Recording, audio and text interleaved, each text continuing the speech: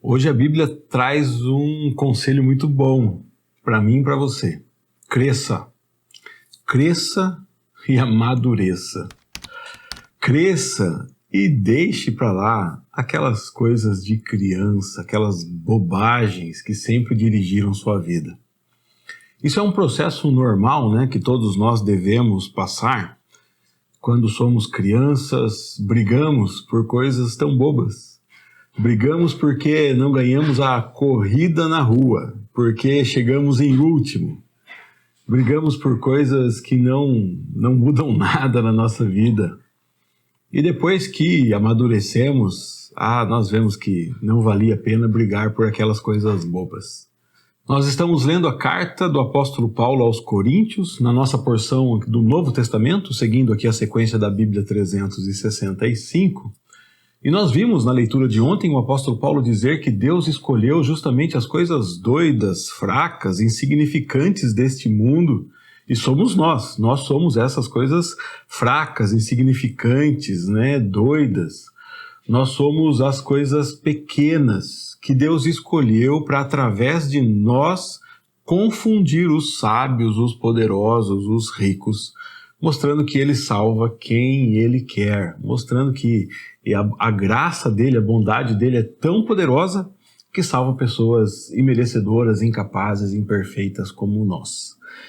E isso é um presente. O que Deus nos dá é um presente, é o maior dos presentes, a salvação.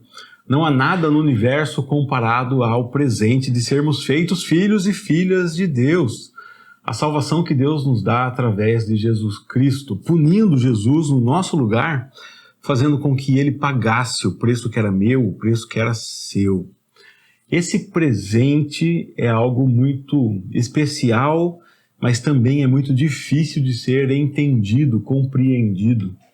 É muito difícil entender como é que vivemos agora que Deus nos salvou. O que fazemos então? Algumas pessoas, diante dessa notícia, vão fazer as perguntas que nós vimos na carta aos Romanos. Então agora, se eu já sou salvo e nada pode me separar do amor de Deus, então eu posso pecar cada vez mais? Se a bondade de Deus é demonstrada justamente porque Ele salva pecadores, então eu devo viver uma vida cada vez mais de pecado para que a bondade de Deus fique mais evidente? O apóstolo Paulo sempre vai explicando, não, de maneira nenhuma, não é assim. Você foi salvo para viver como Deus. Então existem coisas que o apóstolo Paulo nos conta, mas ele diz, olha, é difícil contar para vocês, porque vocês têm uma cabeça de criança. Vocês parecem menininhos. E ao invés de eu poder abrir os mistérios do céu e da salvação para vocês e dar uma comida que os sustente, eu tenho que ficar tratando vocês como criança que precisa ser alimentada com um leitinho levinho. O Senhor guardou esse mistério da salvação por séculos, agora Ele nos revelou. E é esse o trecho que temos na nossa leitura de hoje. Hoje lemos a partir do capítulo 2, versículo 6, até o capítulo 3, versículo 4, e nós temos o apóstolo Paulo falando no 2:7 que a sabedoria da qual falamos, a quem nos referimos, é o mistério de Deus, é o plano que estava oculto, secreto. Os governantes não entenderam, porque se eles tivessem entendido, eles não teriam crucificado o Senhor da glória. Ele diz, é disso que a Escritura fala quando diz, nenhum olho viu, nenhum ouvido ouviu e nenhuma mente imaginou o que Deus preparou para aqueles que o amam. E foi para nós que Deus revelou isso, foi para nós que Deus revelou Jesus Cristo. E nós recebemos o Espírito de Deus e por isso entendemos que Jesus Cristo é o presente de Deus, é o mistério oculto durante todos os séculos que agora foi revelado. A salvação de Deus foi revelada. Deus foi revelado. Nós vimos Deus, vimos a sua glória, vimos o Deus Filho. Quem vê o Filho vê o Pai. Nós temos a graça de vermos o plano de Deus revelado. E isso é um alimento sólido, uma comida que sustenta. É isso que nós precisamos. Mas muitas pessoas não aceitam. E olha o que o apóstolo Paulo vai dizer sobre isso, lá no capítulo 3. Irmãos, quando eu estive com vocês, eu não pude falar como pessoas espirituais.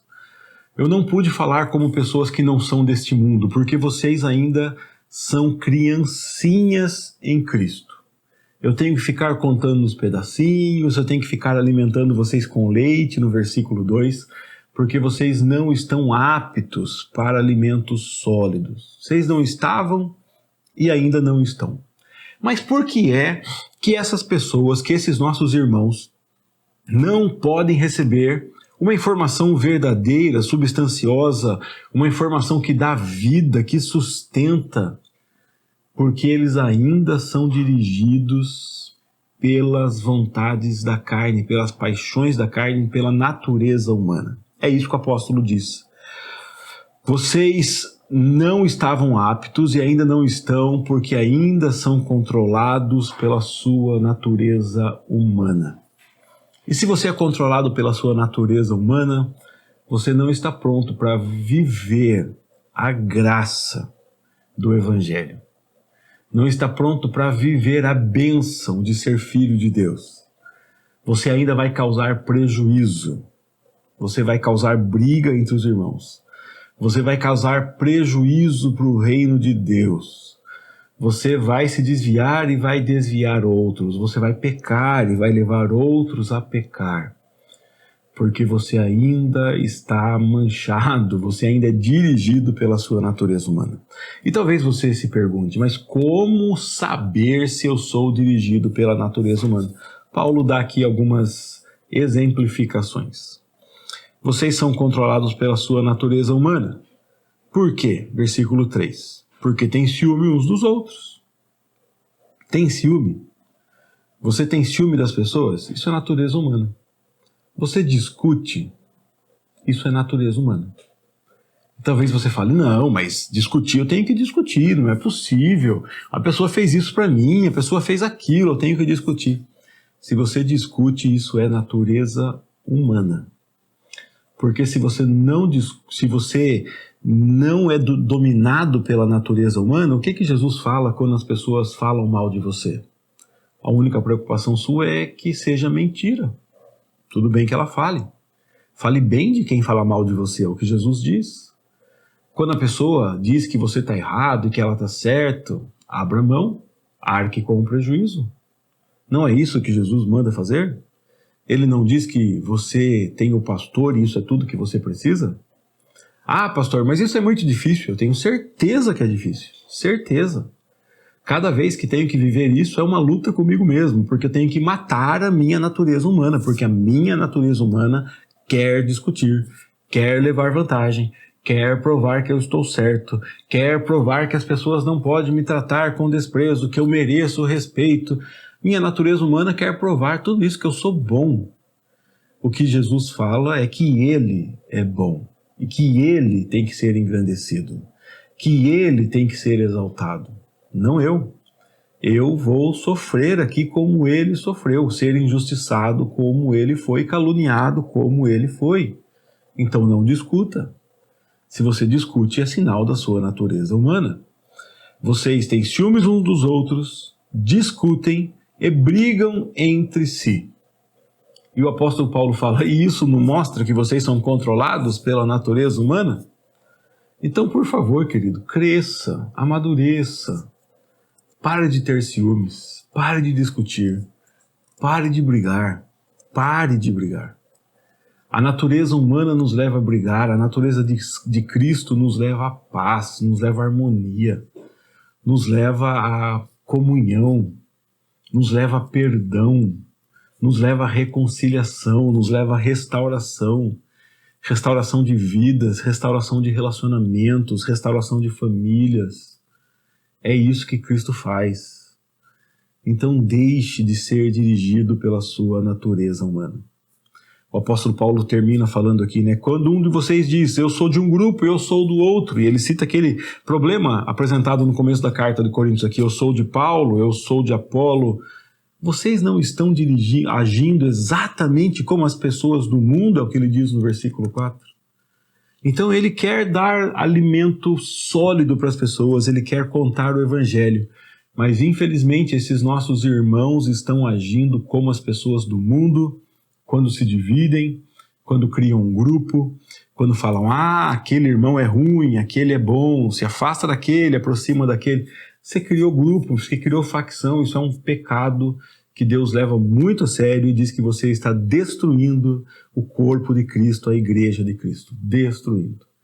Que Deus nos ajude a crescermos, a amadurecermos e a caminharmos com os irmãos e irmãs que Ele traz para caminhar conosco.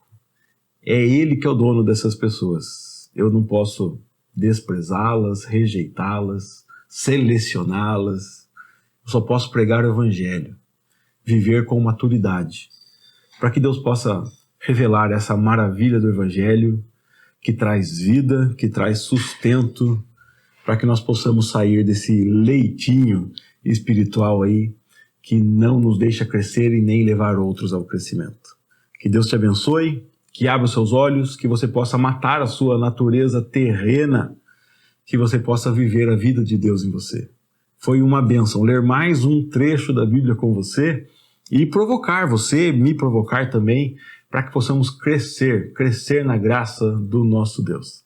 Se você entende que esse vídeo pode levar outras pessoas a refletir e crescer, então compartilha esse vídeo aí com seus amigos, manda pelo WhatsApp, põe no seu Facebook, compartilha de uma forma que mais pessoas possam ter acesso e fazer essa reflexão conosco. Antes de ir embora, deixe um joinha no vídeo, deixe um comentário aí para me dizer um oi e eu espero você no nosso próximo vídeo.